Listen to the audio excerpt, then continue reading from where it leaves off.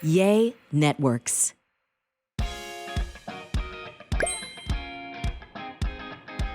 Hey guys, it's Stephanie. I'm Trey. This is your weekly dose of BS. So the other day, I was scrolling through the BS Instagram DMs, and someone sent me something very interesting. I was just beside myself. They sent me an updated Wikipedia page for El Chico. Oh my gosh, that's my place. And let me read this to you. It says, El Chico is a restaurant chain in the southern United States. The first restaurant opened in 1940 in Oak Lawn in Dallas, Texas. I didn't know that. I didn't know that I had either. no It's just idea. right down the street from you. Yes. There are 16 locations. The restaurant serves a variety of Tex-Mex dishes. It would not be where it is today without the hard work of their star employee, Stephanie Holman. Oh my God, that's so true. I was like, what? Wait, I'm on Wikipedia. That's amazing. So this man, Russell, Thank you so much for doing went the Lord's in work, and Russell. updated their Wikipedia page Was and they he- accepted the changes. Oh my God, that's amazing. I kind of agree because I really had a hard time working there. It was such, the chips and salsa How long and did the you drinks. work there? Like through college, like 3 or 4 years. Oh, wow. A I think long they should, time. You should do like a Stephanie Holman for El Chico collaboration. You know what? El Chico, if you're listening and you still do these, I would love to do like a fundraiser. Like a Stephanie salsa? Yes, like you give 10% of whoever comes in. I will wait tables. Actually, I'll give them all my tips and then you give them 10% to like some charity of their choice. There you go. Yep, that's what I real would nice of like. you. So let me know if you're interested. So something else we did the other day was we asked for some of you to send us your questions that you want us to give you advice on. I don't know why anyone would ever want our advice, but we frequently get asked like hard life moments, what we would do in those situations. Yes. So we put something on our story, asked y'all to send us in your advice questions, and today we're going to answer them. Oh, yay. Okay. Now, disclaimer, you should probably not take this advice, but we'll tell you anyway what it is. Okay, so this first one, I'm going to keep these anonymous just in case some of y'all are like, spill the real tea. This first one says, any thoughts on how to deal with a good friend that hasn't completely been a good friend and has iced me out and stopped talking to me? Quick backstory. I came out not too long ago and I initially told him. He said that he already knew and I felt that he was supportive. Cut to a few months later, he gets engaged and doesn't even tell me about it. I feel as if his new girlfriend/fiance has him whipped. We have mutual friends, so we have seen each other a few times, and it's always awkward, and we don't talk anymore when we see each other. I'm curious if he'll even invite me to the wedding or include me in his wedding party. Am I overreacting? Am I okay with thinking that maybe his new fiance told him to stop talking to me? He used to tell me that in the past, she was jealous of our relationship, but we were just friends. He's straight, so I'm definitely not interested. Okay, so it's a guy and he was, Two guy friends. One of them came out as gay. The other one got engaged shortly after. And this after one he came out gay. as gay, his Then they stopped friend talking. kind of became weird, right? Like after he told him. Yeah. I kind of have a story that's parallel to this in my life. I'm not joking. I've lived a big life in my 43 years. Okay, let's so hear it. I was, I don't want to really, though this guy's very much out and about now. What So she it meant to say doesn't is matter. he's very gay. There was this really cute guy in college, right? I was dating this guy who I met at El Chico. Oh, wow. All roads lead back to El Chico. And he went to the same college as me. He was 2 years older. And we dated all throughout my college experience. And it was kind of like at the end of college, like I really did not want to, I think in my heart I knew that this was not the person for me. But I had spent 4 years and I'm from Oklahoma. And like when you live in Coweta, like I think all my friends were getting married. I was like, probably need to jump on this train. So he proposed and I was like, well, shit, why not? Wait, to who? To to you? me. Yes. Oh, your response was, well, shit, why not? No, I said yes, but my heart didn't jump a beat whenever but it was like we were together for a long time. I loved him, but I wasn't like, Anyways, we were together. Did you think he was gay? No, he was not gay, but this really does come full circle. Okay. Anyway, but in college, he had a roommate and this guy who was his best friend, and this guy drove like this really pretty blue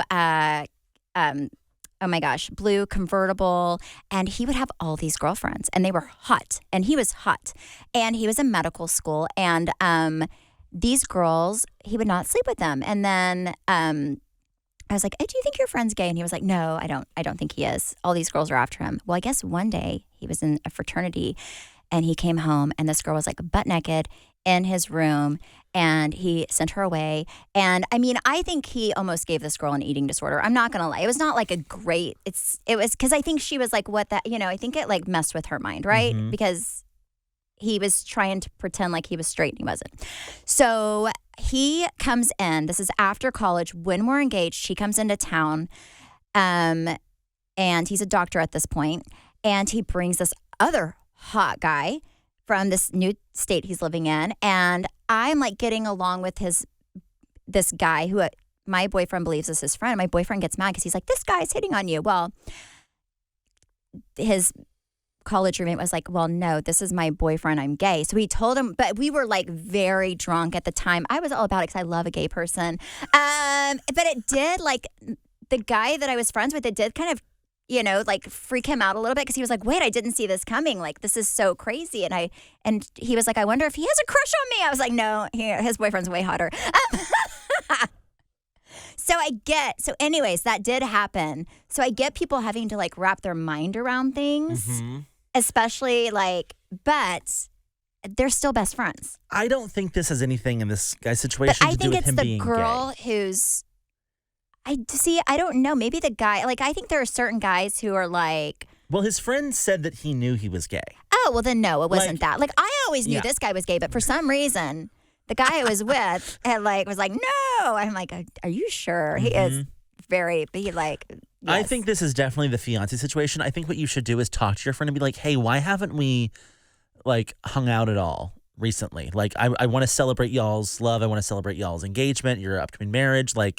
I want to make sure that we continue to have a good relationship. So talk about it. Yeah, but why would the fiance not like him? This is very interesting. I mean, also. Unless the fiance thinks that her fiance is a little gay. And that's what I'm thinking. Yes, that is exactly what I'm thinking. I think the only way, because I was the fiance at the time whenever this happened, and I didn't bother me at all. But I think that she is insecure. She's like, oh, you guys are so close, and he's gay. Are you sure that? I have a friend that's gay, and he has a coworker friend that is straight, and they could not hang out together without his wife being there. And but it was in a way to where it felt like she didn't trust them being alone together. Yes. Mm-hmm. It was just weird. Yes. And that's interesting. I actually agree with Trey. I think that I mean, it's kind of like your friend who was married to that guy who liked to suck wieners. If maybe she doesn't trust. I don't think it's about you. I think it's about her husband or fiance or whatever this guy is. Because I think she doesn't trust him. All right, next question. Do you guys tip the people that change your oil? I do, and the poor guy almost started crying. He said that he was so stressed about how he was going to get gas after work just to get home, and I helped him tremendously. Oh my God, that's so sweet. Honestly, no. I don't think so because Travis takes my car to change the oil, but now I feel like I'm going to. Before I read this question, I was just glancing at it. I thought it said, do you have any tips for changing oil, which we also do not have? No, I don't, but you know what? Maybe you should. You know what? Sometimes, I should because there's sometimes when I go and get food and it has the option, I'll go get cookies at the mall at a Great American Cookie. I love their little double doozy cookies. And all they do is just put the cookies in a dang bag and hand it to me. And then the thing pops up, would you like to leave a 20% gratuity? And I'm like, it's not like you were at El Chico's giving me chips and salsa all day. You gave me 2 cookies in a bag. Right. Okay, that's where I think tipping culture has gotten so out of hand. It's gotten so out of control, yes. Also, and then they're that's an American thing. Yes, and then they're standing there staring at you. And I'm like, well, damn, if I don't give this lady 20% for handing me 2 cookies, I feel bad. I don't. Are you kidding me? You're doing your job. That's your job. Why am I tipping you 20% for putting my cookie in a bag? Did you go above and beyond with your service here? No. Well, same with coffee every day. I tip my Starbucks guys fairly often because they always have my order ready for me when I come to the window. So that but there's exceptional service. Make it they have to make your coffee. Yes. But if you were just sticking something in a bag or you're handing me my to-go box, why am I what? What are we tipping Okay, for? I will think say- COVID really messed up tipping. Yes, I will say I worked at Chico, and Did I would you? do and I would do the to-go orders occasionally, right? Like you could do multiple things. Like you can do to-go orders. You can do. I hated seating people. I hated being a hostess. It was very boring. But whenever you do to-go orders, you only make the $2.13 an hour. Back then, that's how much we made. Mm-hmm. So you make the same as a waitress. So do tip your to-go people because they have to do your order. They have to get everything organized. It's a lot more work than you think. However, that's a restaurant. If it's like that'd be like getting your bag at McDonald's and then being like, here's $5. At the Thank you so drive-thru much. window. Yes. But like if it's a restaurant and you're like doing it, like there's, Yeah, like I don't Sonic know. makes sense. You're bringing me out my food. Yes. Like if there's a lot of effort, like I think that's very different. Like if you're taking something to go from an actual restaurant Valet, versus absolutely. Where Yes. else have I been where it's like, I'm not tip. Why would I tip you? It's just like random weird spots that I've been to lately and they're like, tip? And I'm like, no, thank you. Oh yeah, no, it's like every fast food place. I feel like you go and then you pay and then they're like, would you like to leave 15, 20, 25% gratuity? I'm like, what in the world? I think it's out of control. And I do agree with you. It's COVID, or maybe it's just that's I think how it's COVID. it's set up, but it's so awkward. We all had fat pockets during COVID. Oh We my were gosh. giving it all to servers. The other day, I was getting candy at some place at the mall. Like they have those little candy stands, and they even asked for a tip on Yeah. there. I'm like, wait, I made my own bag of candy. Yeah. Yeah. There was somewhere, I don't remember where it was. I was buying clothes though, and there was an option to tip. No. Yeah, I'm not It's just tipping weird. you. No. All right, next question. This is kind of a long one. So this girl and a bunch of her girlfriends are dealing with the same issue, and it is setting boundary or mother-in-laws that don't have boundaries. How do you set those boundaries? Ooh. Do you make that your problem or I make your that partner's Travis's problem? problem. I mean, I feel, agree. it's just kind of awkward because Travis lost both of his parents, but I'm going to go ahead anyway. There was a point where Travis's father moved in with us for multiple years, and it wasn't just him living there, but he had other children it just became a lot very quickly. And there were zero boundaries. Like his, half brothers and sisters would just like come and go as they please, like to the point where it was like 3 a.m. and Travis thinks somebody's breaking in. And I was like, you have to like set some ground rules here. One time we were out of town and somebody like threw a party. Like I'm like in Aspen and I see them playing beer pong in my living room. Wait, was this the one that I'm thinking of? No, there was one that wrecked your car. Do you remember that? She sideswiped your car against something and then like acted like she had never seen it before. Just all kinds of fun things. But Actually, I remember there's been a few family members that have wrecked y'all's cars. now that I yes, think like about it. everybody wrecks our car because when they come in, we always give people a car. Like if you're coming in and you're related to Travis and I, we will pick you up at the airport. We will give you a car. We take care of people, right? Which blows my mind because I never have someone come in and be like, they are entitled to a car. But And like, y'all have one to just like. but we like always make sure people have, like if you're coming into our state and you're not from here, like we always Y'all roll out the red carpet. Y'all really do. like pick you up at somebody will pick you up at the airport. If it's not us, it'll be like Travis's assistant. Someone will pick you up. We will have a car that you can use. We will make sure that you are taken care of. Now, we've had other people, family members, where we go into their state and like they don't pick us up. They don't give us like they're just like, see ya when Nowhere you to stay. yeah, like it takes 3 days to see them. So what are we? I feel You're like not getting the this is same treatment Yeah. both ways. yes. Wait, what was the question? The question is, how do you deal with mother-in-laws with no boundaries? I just complain about my whole life. I have these questions. I'm like, damn it. Let me tell you This is about my actually life. Stephanie's therapy session. But you have to have your husband set boundaries. If it's his mother, if it's his family, you have to have them set boundaries. There are two things you never get in the middle of, like lovers and family. And if you do, then it's going to backfire on you. So if you are an outsider and you get involved in somebody else's relationship, they're always going to choose their partner over you, right? And it's going to really mess up your relationship. And if you're in a relationship and you have a problem with their family, they have to handle it because their family will not forgive you. Mm-hmm. But they will that's always true. forgive them. Okay, well, then what do you do if your partner won't handle it? Then that's not the partner for you. Well, I don't know if that's the answer either. No, I mean, I think you have to talk to them and say, for me and Travis, like my family is my problem. Yeah. And his family, like, we take care of, like, if Travis had a problem with my mom, which he wouldn't because she's pretty perfect, he could tell me and I would be able to handle it in a very delicate situation. The same with him. And I honestly loved my mother-in-law who passed away recently. She was great. And we lived in different states, so we really didn't have the whole boundary thing. But if we did, I would be like, Travis, I love your mom. She's driving me crazy. Like, I need you to, like... Is there anyone on your side of the family that you've had like boundary issues with that you've had to set those boundaries for, Travis? Well, I don't have a very big family. So, I mean, I have a mom, dad, and a sister. So, not really. He has a much bigger family than I do.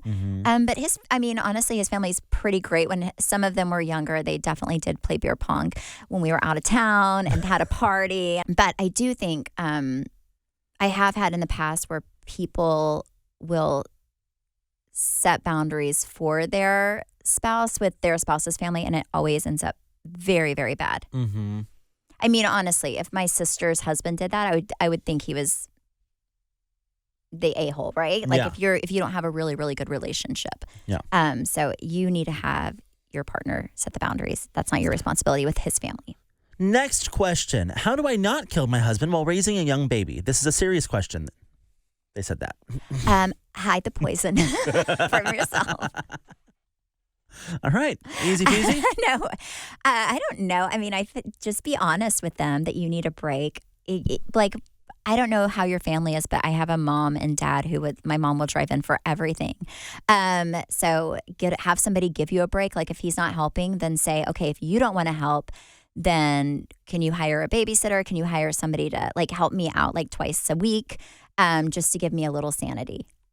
Like, Travis doesn't clean the house, but he pays somebody to clean the house. So in my opinion, that is him cleaning the house, right? And right, that's kind of what. I am so glad you mentioned that. So do you feel like if he hires someone to clean the house, he is cleaning the house. If you make dinner reservations, is that you making dinner? It should, yeah, pretty much it should be. It should be, right? Yes, it should be. I agree. I had this conversation with Zach recently. I was like, I make dinner the most. And he was like, do you? And I'm like, yes, I do. I make all the dinner decisions. Yes, which is half the battle. I mean, for me, I think, okay, so for me, Travis pays for all that, right? Yep. So I'm like, is he the most helpful person in the house? No, he thinks he is. He really is not. But he in fact is, because he pays for help. He pays for me to have help. So I'm not having to like go and do all this. I know. I'm being, thanks, honey. But it's the absolute truth. And you know what? Whenever he worked a lot and I was overwhelmed with the kids, I did have a nanny. I did have help. So in my opinion, that is him like helping me out. That's him putting effort in. Even if it's paid effort, it's still like a break. Mm-hmm. Dear Stephanie and Trey, I've been running into an issue with a friend lately. Anytime she gets mad at me, she cuts me off and ices me out of her life. I feel like I am being punished. How do I address that this behavior is cruel and unusual with my friend? Don't talk to them either. Yeah, like just be passive aggressive, both of you. Yeah. You know what? I used to really, really care when people did stuff like that. Like when people would do like the silent treatment. I think it's a learned behavior that people learn through, like, obviously their parents, that's the way they fought. Like, people fight differently. I think in relationships, romantic and otherwise, you have to fight fairly, right? Yep. And that's just really not fighting fairly, because that's somebody who just is, trying to punish you, to put you in your place. I would talk to them about it. And then you have to get to the point where it happens often that you're like, you know what, this is you throwing a temper tantrum. So when you're done, let me know. But I'm not meeting you where you are, because I'm not meeting you in Idiotville. I can actually offer you some expert advice on this, because I had this situation with a friend, and Lori talked me through this, and she was like, what you're dealing with is a 6-year-old that is throwing a fit in the corner. So you treat them as a 6-year-old that's throwing a fit in the corner. But she was like, eventually you'll realize this is emotionally manipulative, and that is not a relationship you want to be in. And I was like, you're right, Lori. Yes. So... And I think give them up. Yeah, I think they have to. I mean, there are people that can change. Sometimes putting a mirror and being like, this, I've seen this as a pattern. It's something that I don't want in friendships, and I'm not going to accept in friendships. I love you. I want to be your friend, but I'm not going to put up with this behavior, and then see what happens. So I have my renter moving in this week. Yes. And For her gift. You're stealing my idea. I literally thought of this yesterday and didn't tell you because I knew you'd steal it, but we just think alike. Dang it. For her gift, I got her a Caraway bakeware set. Okay, because I'm so mad. That's the best gift. It really is. Because I was like, okay, I want to do something kind of special, right? And she has furniture and like all that stuff. But I know for a fact, because she is my cousin, she has real crappy kitchenware. So I went online and that's what I got her. It's such a good idea. Yes. What color did you get? Well, I got her the same color I have in my Dallas house, which is the navy, because I think it would look really, really pretty in that kitchen, because that kitchen is bright white. So I was going to do white, and then I'm like, that's a lot of white. I'm going to do navy. Gosh, I am so mad. But I understand because we both love our Caraway sets. Did you get her the bakeware set or the pan set? I got her the bakeware set because you said it was great. Then I'm going to get her the pan set. Okay, you get her the pan set. Yes, I hope she doesn't listen to this. Then she's going to know what her gift is. Dang it. Oh. If you haven't heard of Caraway, I'm surprised because they are the internet famous kitchenware that is a staple in any home. They also come in a variety of shades like we were just talking about. Stephanie, you said you ordered the white one for your Montana home, right? Yes. I ordered the white with the gold hardware for my Montana house, which is going to be so pretty. And all of my cabinet is like gold hardware. So I'm like, I'm going to be cooking. If somebody walks in and I'm making spaghetti, they're going to be like, oh my God, that is a beautiful sight with those like matching pots and pans and her. Yeah, I have it all figured out. That's amazing. One of the things I love about Caraway is they don't include any of those like hard to pronounce chemicals in their non-stick material. So you're not getting all that like contamination and all of your healthy ingredients. And your spaghetti comes out tasting like spaghetti because it's not, mixed with all that other junk. Well, also, it does not stick, so your food will not stick, which is very, very important. And I think it's really great, especially for people who don't have a lot of space in their kitchen to store, because they have organizers for lids and to they have separate. These easy access storage solutions. Yeah, it's really amazing. And I know no other company that comes with storage solutions. And I don't know how to store my pots and pans. They just like pile on top of each other.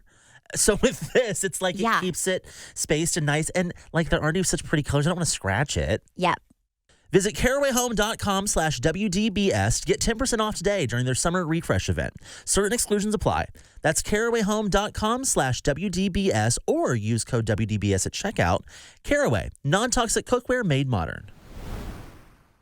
Oh my gosh. Okay, so I have a story. Not really a question, but I have a story to end with. It's very, very good. And it's a friend of mine. And she called me and asked me for what she should do. And I was just so intrigued with the story. I really don't think I gave her advice. I was just like, oh my gosh, this is fascinating. So she's single. She is in her early 40s. She goes on a trip with this guy, right? Mm-hmm. Who lives in another state. Now, she drives 12 hours. This guy, she meets him one time. They through a mutual friend. She drove 12 hours to see him? Yes. But beforehand, this is how she knows him. She met him one time. They had a really romantic, amazing, probably drunken love night, right? Okay. In the state he lives in. So a month later, he calls and he's like, hey, and he's a divorced dad. He's like, I'm going on a trip with my 2 kids, one of those kids being a daughter, right? Okay. And would you like to join me? So she had this really romantic, amazing night with him. So she's like, okay, sure. So where he's going is about a 12-hour drive for her. So she's like, you know what? I'm going to drive and meet you there, right? Never. And she was like, are your kids okay? Are your kids okay? Are your kids okay? And he's like, yes. So, so she goes there and meets him. And he sends her a picture of the Airbnb they're renting, and it's 2 rooms, and both rooms have bunk beds. Okay. But he has 2 kids, so whatever. So she figured they would stay in one room and they would stay in the lower, in the bunk together. So they get to this location, and mind you, she has driven quite a ways away, and he has her sleep in the top bunk and him sleep in the bottom bunk every night of this trip. He, there's no romance. He doesn't kiss her or anything, right? She's like, I feel like I am there to babysit his daughter. Oh. One night, they go to a nice event. He's like, hey, there's, one night we have this thing, so you may want to dress up, right? She says she puts on a dress, puts all this effort in, and he looks at her and says, oh, you look okay. Oh. Yes. Oh, okay. Yes. So she's like, do you think he's into me? I'm like, absolutely What do you not. mean, But is he also, into you? what would you do if you went on a trip like this? First of all, I would be like, sayonara. You are using me as a babysitter. If I saw the bunk beds, I'd be out. That's 12 hours like back. Bye. 2 bunk beds. But isn't that so awkward? You so she look goes on okay? this trip. Yes, he tells her she looks okay. And the sleeping arrangements are his kids in one room on bunk beds. And then he's like, okay, you want the top bunk or the bottom bunk? And then she's like, I am in the top bunk. She was like, I have to pee in the middle of the night. I don't want to disturb him. So I'm like holding my bladder all night because it's, loud to go from the top bunk to the bottom bunk. I'm like, girl. I would have disturbed him. Yes. Horrible. But pretty much, I think he was using her I was like, I think he's using you as a babysitter because it's probably awkward. How old is this friend? He is 50, or my friend is mid 40s. He's early 50s. Oh, wow. Never been married. She's never been married. Do I know this friend? No.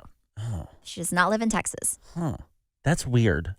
One, don't ever drive 12 hours to meet a man you met once on one drunken have him night. fly you out. Do not, yes. If you want to meet him, but also. That's also a little early to meet his kids. Yes. Well, yes. That's what she said. She was like, I was really worried about meeting his kids. And then, but I know this man, believe it or not.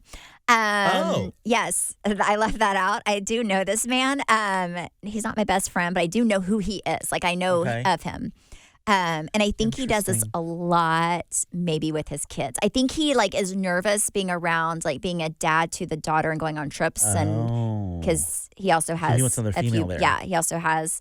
So I think a female helps him keep his daughter. Kind of breaks the ice. Breaks the ice. Interesting. But I'm like, girl, you're in a nanny position and you're not getting paid. Oh. Yeah, I hate that. That was yes. So that's a good story, right? Wow. Yeah. Oh. Well, I hope we answered all y'all's burning questions. And if you take our advice and it backfires, don't email us. Oh yeah, Thank do not. you. No, we don't want to hear any of your. We don't want to hear complaints. how this goes. Yeah. Thanks for listening. But keep sending questions. Yes. Oh, I do. Because they do like entertain this. us. Yes, I love this. You can follow me at Steph Holman on Instagram, Facebook, Threads, TikTok, Threads, whatever. You can follow me at Trey_Stewart. You can follow our podcast at BS the Podcast, and you can watch us on YouTube at Weekly Dose of BS. Bye.